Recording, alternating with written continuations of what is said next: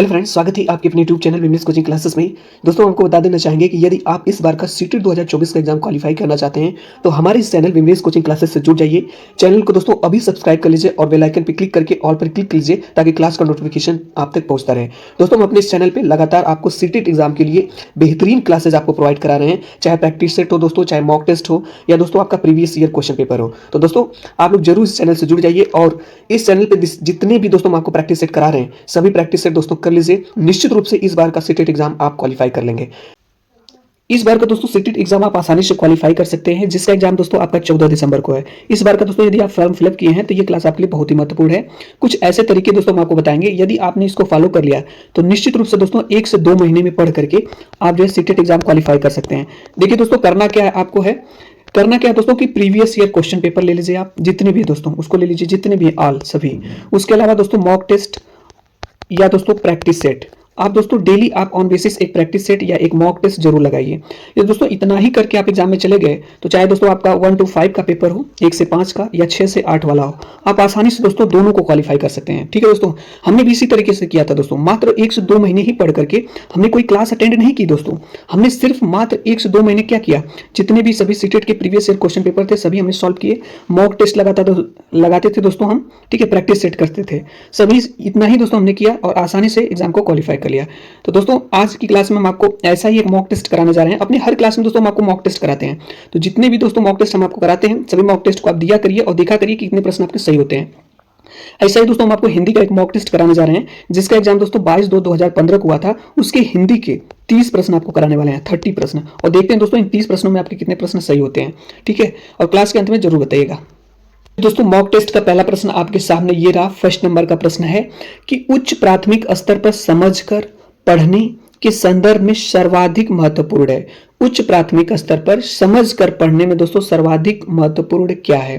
पहला ऑप्शन है तीव्र गति से पढ़ जाना, बी वाला ऑप्शन है लिखित सामग्री में शब्दों की पहचान करना, सी वाला ऑप्शन है किसी लिखित सामग्री का निहितार्थ समझना, और डी वाला ऑप्शन है बोल बोलकर शुद्ध उच्चारण के साथ पढ़ना। तो दोस्तों इसका राइट आंसर आपको बताना है क्या होगा। इसका राइट आंसर हो जाएगा आपका दोस्तों ऑप्शन नंबर सी, यानी कि किसी लिखित सामग्री का निहितार्थ समझना, यही दोस्तों सर्वाधिक महत्वपूर्ण है। अगला प्रश्न दोस्तों आपके सामने है, इसका आंसर आप लोगों को बताना है। देखते हैं कितने प्रश्न आप सही करते हैं। यह भी दोस्तों प्रश्न आपका है, उच्च प्राथमिक स्तर पर बच्चों की हिंदी भाषा की क्षमता के आकलन में प्रकार्य परक पक्ष पर बल देने का आशय है। प्रकार्य परक पक्ष पर बल देने का क्या आशय है? पहला ऑप्शन है भाषा प्रयोग पर बल देना, बी वाला ऑप्शन है भाषा प्रयोग का पक्ष बताना, सी वाला ऑप्शन है भाषा के कार्यों की सूचना बनाना, और डी वाला ऑप्शन है भाषा के कार्यों को बढ़ावा देना। आप लोग बताइए दोस्तों इसका सही आंसर क्या होगा। इसका राइट आंसर हो जाएगा ऑप्शन नंबर ए, यानी कि भाषा प्रयोग पर बल देना। अगला प्रश्न दोस्तों है आपके सामने, इसका आंसर आपको बताना है। उच्च प्राथमिक स्तर पर बच्चों की मौखिक अभिव्यक्ति का सतत आकलन करने के लिए सर्वाधिक उचित तरीका है। मौखिक अभिव्यक्ति की बात की जा रही है दोस्तों, और उसका सतत मीन्स निरंतर आकलन करना है। उसका सबसे उचित तरीका क्या है? प्रश्न पूछना, प्रतिक्रिया व्यक्त करना, परिचर्चा, या ये सभी। इसका सही आंसर आप बताएंगे दोस्तों क्या होगा। तो इसका राइट आंसर हो जाएगा ऑप्शन नंबर डी, यानी कि प्रश्न पूछना भी जरूरी है दोस्तों, परिचर्चा भी है, और प्रतिक्रिया व्यक्त करना, ये भी सभी सब कुछ आपके लिए सर्वाधिक महत्वपूर्ण है। आगे चलते दोस्तों, अगला प्रश्न है, इसका आंसर आप बताएंगे क्या होगा। व्याकरण की समझ को संदर्भ परक प्रश्नों के माध्यम से आंकना। व्याकरण की समझ को संदर्भ परक प्रश्नों के माध्यम से आंकना, ए वाला ऑप्शन है पूर्णतः उचित है, बी वाला ऑप्शन है पूर्णतः असंभव है, सी वाला ऑप्शन है बिल्कुल अनुचित है, डी वाला ऑप्शन है आंशिक रूप से उचित है। इसका सही आंसर आप लोगों को बताना है दोस्तों क्या होगा। तो इसका राइट आंसर हो जाएगा दोस्तों ऑप्शन नंबर डी, आंशिक रूप से उचित है। आंशिक रूप से उचित है। अगला प्रश्न दोस्तों, इसका आंसर आपको बताना है। उच्च प्राथमिक स्तर पर भाषा सीखने को प्रभावित करता है। क्या प्रभावित करता है दोस्तों? 4 ऑप्शन आपके सामने है। बच्चों द्वारा किया जाने वाला सुलेख, शिक्षक द्वारा ली गई लिखित परीक्षा, भाषा संबंधी गृह कार्य, शिक्षक का भाषा शिक्षण संबंधी रवैया। इसका आंसर दोस्तों आप लोग बताएं, हम वेट कर रहे हैं आंसर का। इसका राइट आंसर हो जाएगा दोस्तों ऑप्शन नंबर डी, यानी शिक्षक का भाषा शिक्षण संबंधी रवैया, यही सीखने को सर्वाधिक प्रभावित करता है। आगे चलते हैं दोस्तों, अगला प्रश्न है, इसका आंसर आपको बताना है। ये प्रश्न बहुत ही इंपॉर्टेंट है, कई बार एग्जाम में आया हुआ है। जो बच्चे विशेष रूप से पढ़ने में कठिनाई महसूस करते हैं वे डिस्ग्राफिया से ग्रस्त होते हैं, डिसलेक्सिया से ग्रस्त होते हैं, सीखने में अक्षम होते हैं या मंद बुद्धि होते हैं। जो बच्चे किसमें, पढ़ने में दोस्तों, तो इसका सही आंसर आप लोगों को बताना है। तो राइट आंसर हो जाएगा दोस्तों डिसलेक्सिया से ग्रस्त है। डिस्ग्राफिया दोस्तों लिखने संबंधी होता है, ठीक है। अगला प्रश्न दोस्तों, इसका आंसर आपको बताना है। भाषा अर्जन में भाषा अर्जन में बच्चे भाषा को सहज और स्वाभाविक रूप से सीखते हैं, स्वाभाविक और प्रयासपूर्ण तरीके से सीखते हैं, सहजता और अभ्यास से सीखते हैं, अभ्यास और यांत्रिकता से सीखते हैं। तो इसका सही आंसर आप बताएं दोस्तों क्या होगा। इसका राइट आंसर हो जाएगा दोस्तों ऑप्शन नंबर ए, यानी सहज और स्वाभाविक रूप से सीखते हैं। तो अभी तक दोस्तों हम आपको 6 प्रश्न कराए और 6 प्रश्नों में आपके कितने प्रश्न सही हुए, आप अपना असेसमेंट दोस्तों करते चलिए, ठीक है। चलिए दोस्तों अगले प्रश्न पे चलते हैं, इसका आंसर आपको बताना है क्या होगा। प्रश्न हमारा है कि उच्च प्राथमिक स्तर पर बहुभाषिक कक्षा में बच्चों की भाषाएं। बहुभाषिक कक्षा का मतलब होता है दोस्तों ऐसी क्लासरूम जहां पे बहुत सारी भाषाएं सिखाई जाती हैं बच्चों को, ठीक है। इसका सही आंसर क्या होगा। एक संसाधन है, एक पहेली है, एक जटिल चुनौती है या एक कठिन समस्या है। इसका राइट आंसर दोस्तों देखा जाए तो ऑप्शन नंबर ए हो जाएगा, एक संसाधन है। बहुभाषिक कक्षा में बच्चों की भाषा या भाषाएं एक संसाधन होती हैं, ठीक है। इसका सही आंसर यही हो जाएगा। आगे चलते दोस्तों, अगला प्रश्न आप लोग इसका आंसर बताएं दोस्तों। हमारे साथ इन प्रश्नों को पढ़िए, लेकिन हमसे पहले आप आंसर देने का प्रयास कीजिए। उच्च प्राथमिक स्तर पर हिंदी भाषा की समावेशी कक्षा का स्वरूप निर्धारित करने में सर्वाधिक महत्वपूर्ण है। क्या सर्वाधिक महत्वपूर्ण है दोस्तों। समावेशी कक्षा का स्वरूप निर्धारित करने में अभ्यास कार्य, आकलन, पाठ्य पुस्तक या शिक्षण प्रक्रिया। इसका सही आंसर दोस्तों देखा जाए तो ऑप्शन नंबर डी हो जाएगा, शिक्षण प्रक्रिया बहुत ही ज्यादा सर्वाधिक महत्वपूर्ण होती है। अगला प्रश्न दोस्तों है, इसका आंसर आप बताएंगे क्या होगा। भाषा सीखने में सामाजिक अंतःक्रिया का महत्वपूर्ण स्थान है। इस कथन का संबंध किस मनोवैज्ञानिक से है। स्किनर से है, वाइगोत्स्की से है, पियाजे से है या चोम्स्की से है।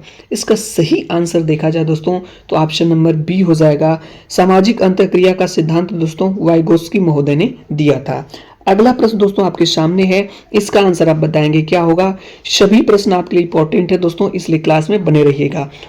प्रश्न हमारा है कि हिंदी भाषा की बारीकी को सही रूप से समझने की क्षमता का विकास करने के लिए आप क्या करेंगे।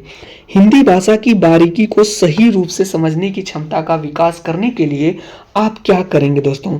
4 ऑप्शन आपके सामने दोस्तों, इसका राइट आंसर देखते हैं कौन सही बताता है। पहला ऑप्शन है हिंदी भाषा के विभिन्न प्रयोगों से युक्त सामग्री उपलब्ध कराना। बी वाला ऑप्शन है कि हिंदी भाषा के प्राचीनतम प्रयोगों से युक्त सामग्री उपलब्ध कराना। डी वाला ऑप्शन है गुण अर्थ वाली भाषा से युक्त सामग्री पढ़वाना। और डी वाला ऑप्शन है संस्कृतनिष्ठ हिंदी भाषा से युक्त सामग्री उपलब्ध कराना। इसका राइट आंसर दोस्तों हो जाएगा ऑप्शन नंबर ए, यानी कि हिंदी भाषा के विभिन्न प्रयोगों से युक्त सामग्री उपलब्ध कराना। यही आंसर आपका सही हो जाएगा। अगला प्रश्न दोस्तों, इसका आंसर आप बताएंगे। सभी प्रश्न आपके लिए इंपॉर्टेंट है, ठीक है। उच्च प्राथमिक स्तर पर हिंदी भाषा शिक्षण के लिए क्या अपेक्षित नहीं है। ऐसे प्रश्न दोस्तों आते हैं और आप जल्दबाजी करते हैं पढ़ने के लिए, ठीक है। इसलिए प्रश्न को अच्छे से पढ़िएगा, ठीक है, पेशेंस रखिएगा। पूछा गया प्रश्न है कि दोस्तों उच्च प्राथमिक स्तर पर हिंदी भाषा शिक्षण के लिए क्या अपेक्षित नहीं है। क्या अपेक्षित नहीं है। 4 ऑप्शन है दोस्तों आपके सामने, इसका सही आंसर आप बताएंगे क्या होगा। राइट आंसर इसका हो जाएगा दोस्तों ऑप्शन नंबर डी, सुनकर शब्दशः दोहराने की क्षमता का विकास। ये दोस्तों अपेक्षित नहीं है उच्च प्राथमिक स्तर पर हिंदी भाषा शिक्षण के लिए, ठीक है। आगे चलते हैं दोस्तों, अगला प्रश्न है, इसका आंसर आप बताएंगे क्या होगा। प्रश्न हमारा है, बहुत इंपॉर्टेंट प्रश्न है कि हिंदी भाषा शिक्षक के रूप में आप किसे सबसे अधिक महत्वपूर्ण मानते हैं। हिंदी भाषा शिक्षक के रूप में आप किसे सबसे अधिक महत्वपूर्ण मानते हैं। 4 ऑप्शन दोस्तों आपके सामने हैं। चारों ऑप्शन में बताइए आपके सही आंसर इसका क्या होगा। राइट आंसर दोस्तों हो जाएगा ऑप्शन नंबर डी, बच्चों को विभिन्न संदर्भों में भाषा प्रयोग सिखाना। यही ऑप्शन आपका सही हो जाएगा। आगे चलते दोस्तों, अगला प्रश्न है, इसका आंसर आप बताएंगे क्या होगा। प्रश्न हमारा है कि 7वीं कक्षा में पढ़ने वाली रूबी कक्षा में सबसे पहले अपना गृह कार्य समाप्त कर लेती है। हिंदी भाषा शिक्षक के रूप में आप क्या करेंगे। चार ऑप्शन दोस्तों, चारों में से सटीक और सही आंसर आपको बताना है। ऑप्शंस को दोस्तों पढ़िए और इसका सही आंसर बताइए।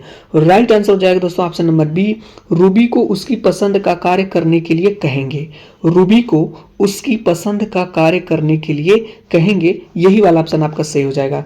अगला प्रश्न है कि उच्च प्राथमिक स्तर पर हिंदी भाषा शिक्षण में सर्वोपरि महत्वपूर्ण सामग्री है। कौन सा दोस्तों सर्वोपरि महत्वपूर्ण सामग्री है? अभ्यास पत्रक, पुस्तिका, बाल साहित्य या पाठ्य पुस्तक? इसका सही आंसर हो जाएगा दोस्तों बाल साहित्य ही सर्वोपरि महत्वपूर्ण है, सामग्री है भाषा शिक्षण में। ठीक है, आगे चलते हैं दोस्तों। अगला प्रश्न है, देखिए दोस्तों जो आपसे लैंग्वेज का सब्जेक्ट पूछा जाएगा, विषय जो लैंग्वेज आपसे पूछी जाएगी उसमें हिंदी के 30 प्रश्न होंगे। ठीक है, उन 30 प्रश्नों में 15 प्रश्न आपके पेडागॉजी से होंगे, बाकी 15 प्रश्न आपके पैसेज से होंगे। तो हम लोग पेडागॉजी शिक्षण के 15 प्रश्न देख चुके हैं। अब देखते हैं दोस्तों गद्यांश के प्रश्न। चलिए दोस्तों इस गद्यांश को पढ़ना है और यहाँ पे देखिए दिया गया है कि 91 से लेकर 99 तक दिए गए गद्यांश को पढ़कर सबसे उचित विकल्प का चयन कीजिए। तो चलिए दोस्तों गद्यांश को हम लोग पढ़ते हैं। गद्यांश हमारा है पर्यावरण से रिलेटेड है। ठीक है, इन्वायरमेंट पे है। पर्यावरण के प्रति गहरी संवेदनशीलता प्राचीन काल से ही मिलती है। अथर्ववेद में लिखा है भूमि माता है, हम पृथ्वी की संतान हैं। एक स्थान पर यह भी लिखा है कि हे पवित्र करने वाली भूमि, हम कोई ऐसा काम न करें जिससे तेरे हृदय को घात पहुंचे। हृदय को आघात पहुंचाने का यहाँ अर्थ है पृथ्वी के पारिस्थितिकी तंत्र के साथ क्रूर छेड़छाड़। हमें प्राकृतिक संसाधनों के अप्राकृतिक और असीमित दोहन से बचना होगा। आज आवश्यकता इस बात की है कि विश्व के तमाम राष्ट्र जलवायु परिवर्तन के गंभीर खतरे को लेकर आपसी मतभेद भुला दें और अपनी अपनी जिम्मेदारी ईमानदारी से निभाएं, ताकि समय रहते सर्वनाश से उबरा जा सके। विश्व विनाश से निपटने के लिए सामूहिक एवं व्यक्तिगत प्रयासों की जरूरत है। इस दिशा में आंदोलन हो रहे हैं। अरण्य रोदन के बदले अरण्य संरक्षण की बात हो रही है। सचमुच हमें आत्मरक्षा के लिए पृथ्वी की रक्षा करनी होगी। भूमि माता है और हम उसकी संतान। इस कथन को चरितार्थ करना होगा। ये दोस्तों आपका गद्यांश था और इस पे आधारित प्रश्न है। इसका आंसर आप लोगों को बताना है। क्या होगा दोस्तों आंसर? बहुत ही बेहतरीन क्वेश्चन है, आंसर आप बता सकते हैं। हम पृथ्वी की संतान है, हम से तात्पर्य है संसार के सभी लोग, एक खास देश के लोग, हम भारतवासी या हम सभी नागरिक। इसका राइट आंसर हो जाएगा दोस्तों संसार के सभी लोग। यहाँ हम का जो तात्पर्य है संसार के सभी लोग हो जाएगा। पर्यावरण का संधि विच्छेद होगा, बहुत ही इंपॉर्टेंट है दोस्तों। इसका विच्छेद आप लोग बताइए, पढ़े होंगे दोस्तों संधि, इसका विच्छेद बताइए क्या होगा। पर्यावरण का दोस्तों संधि विच्छेद हो जाएगा परिधन आवरण, बी वाला ऑप्शन आपका सही हो जाएगा। नेक्स्ट दोस्तों अगले प्रश्न पे चलते हैं। इसका आंसर आप लोग बताइए। हम प्रकृति के हृदय को आघात पहुंचाते हैं यदि हम परिस्थिति से छेड़छाड़ करते हैं, संसाधनों का दोहन करते हैं, पृथ्वी से बुरा व्यवहार करते हैं, पृथ्वी की खुदाई करते हैं। इसका राइट आंसर हो जाएगा दोस्तों परिस्थिति से छेड़छाड़ करते हैं तो दोस्तों प्रकृति के हृदय को हम आघात पहुंचाते हैं। अगला प्रश्न दोस्तों इसका आंसर आप बताएंगे क्या होगा। इसका सटीक और सही आंसर बताइए। सर्वनाश से उबरा जा सके, उबरा का अर्थ है क्या? हटा, निपटा या तैरा या बचा? तो इसका सही आंसर हो जाएगा दोस्तों आपका ऑप्शन नंबर डी, यानी कि बचा। आगे चलते हैं दोस्तों अगला प्रश्न है। इसका आंसर आपको बताना है क्या होगा कि गद्यांश में चरितार्थ करना का उल्लेख इसका आशय है। क्या आशय है? बहस करना, अपनाना, चरित्र चित्रण करना, सिद्ध करना। इसका सही आंसर हो जाएगा दोस्तों सिद्ध करना, यही वाला ऑप्शन आपका सही हो जाएगा। विश्व के सभी देशों से अपेक्षा की गई है कि वे पर्यावरण की रक्षा करें, व्यक्तिगत प्रयास करें, मिलजुल कर कार्य करें, अपने उत्तरदायित्व तो ईमानदारी से निभाएं। इसका सही और सटीक आंसर हो जाएगा दोस्तों अपने उत्तरदायित्व तो ईमानदारी से निभाएं। चलिए दोस्तों अगले प्रश्न में इसका आंसर आप बताएं। अरण्य संरक्षण का अर्थ है अरण्य संरक्षण। अरण्य मतलब दोस्तों क्या होता है आप लोगों को पता ही है। अरण्य मतलब होता है वन और संरक्षण मतलब होता है रक्षा। तो इसका सटीक और सही आंसर हो जाएगा आपका ऑप्शन नंबर ए, यानी कि वनों की रक्षा। इसका आंसर आप लोग बताइए दोस्तों। जो संबंध माँ और उसकी संतान में है वही संबंध पृथ्वी और पृथ्वी के निवासियों में है, धरती और सभी लोगों में है, प्रकृति और पर्यावरण में है, माता और पुत्र में है। इसका सही आंसर दोस्तों आप लोग बताना है क्या होगा। राइट आंसर दोस्तों इसका हो जाएगा आपका ऑप्शन नंबर ए, पृथ्वी और पृथ्वियों की पृथ्वी के निवासियों में है। आगे चलते हैं दोस्तों, अगला प्रश्न, इसका आंसर आप बताएंगे। क्रूर शब्द है क्या है? सर्वनाम है, विशेषण है, संज्ञा है या क्रिया है? इसका राइट आंसर हो जाएगा दोस्तों यानी विशेषण, यानी जो क्रूर शब्द है हमारा विशेषण है। आगे चलते हैं दोस्तों, ये आपकी कविता दी गई है और इस पे आधारित प्रश्न है। यहाँ पे देखिए 100 से लेकर के 105 तक कविता की पंक्तियों को पढ़कर पूछे गए प्रश्नों में सबसे उचित विकल्प वाले को चुनना है। ठीक है, चलिए दोस्तों पहले कविता को पढ़ते हैं। क्या है? चमकीली है सुबह आज की आसमान में, निश्चय कल ही सुबह और चमकीली होगी। बेचैनी की बाहों में कल फूल खिलेंगे, घुटन गमकती सांसों की आवाज सुनेगी। कुंठाओं की टहनी छिन्न छिन्न होगी, फिर आशा अपने हाथों से अब कुसुम चुनेगी। चटकीली है आज चहकती हुई चांदनी, कल चंदा की किरण और चटकीली होगी। चटकीली होगी, खुल जाएंगे अब उस सबके दिल के दरवाजे, आंखें अपनी आंखों की पहचान सकेंगी। बहुत ही अच्छी दोस्तों कविता है, इस पे आधारित ये प्रश्न है। इसका आंसर आप लोगों को बताना है। काव्यांश में चमकीली सुबह का क्या अर्थ है? 4 ऑप्शन दोस्तों, इसका सही आंसर आप बताएं क्या होगा। इसका राइट आंसर, पहला ऑप्शन है अंधकार समाप्ति के बाद आशा भरी सुबह। बिल्कुल दोस्तों यही आंसर सही है, अंधकार समाप्ति के बाद आशा भरी सुबह, यही ऑप्शन आपका सही हो जाएगा। अगला प्रश्न है कि कवि को विश्वास है कि सुबह का समय सदा सुहावना होता है, सुबह का सूर्य कष्ट दूर करता है, आज की सुबह सबसे अच्छी होगी और कल की सुबह आज से अच्छी होगी। इसका सही आंसर हो जाएगा दोस्तों ऑप्शन नंबर डी, कल की सुबह आज से अच्छी होगी। बहुत इंपॉर्टेंट है, कुंठाओं की टहनी छिन्न भिन्न होगी से तात्पर्य है। तो दोस्तों इसका सटीक और सही आंसर आप बताएं क्या होगा। 4 ऑप्शन आपके पास है, राइट आंसर हो जाएगा दोस्तों निराशा दूर होगी। अगला प्रश्न है दोस्तों, चांदनी का विशेषण है। 4 ऑप्शन है दोस्तों, जल्दी से आप राइट आंसर बताइए। तो चांदनी का विशेषण दोस्तों आपका हो जाएगा चटकीली। चांदनी का विशेषण आपका चटकीली हो जाएगा। अगला प्रश्न है दोस्तों, अगले प्रश्न पे चलते हैं और इस क्लास का सेकंड लास्ट क्वेश्चन है कि दिल के दरवाजे खुल जाएंगे का क्या अर्थ है? 4 ऑप्शन दोस्तों, जल्दी से आंसर आप बताएं। दिल के दरवाजे खुल जाएंगे, इसका सही आंसर आपका हो जाएगा दोस्तों दिलों में सबके प्रति मित्रता होगी, यही ऑप्शन आपका सही हो जाएगा। कुसुम का पर्यायवाची शब्द नहीं है दोस्तों, कौन सा शब्द कुसुम का पर्यायवाची शब्द नहीं है? तो इसका सही ऑप्शन हो जाएगा दोस्तों ऑप्शन नंबर आपका ए, यानी कि कमल। कमल दोस्तों आपका कुसुम का पर्यायवाची नहीं है। तो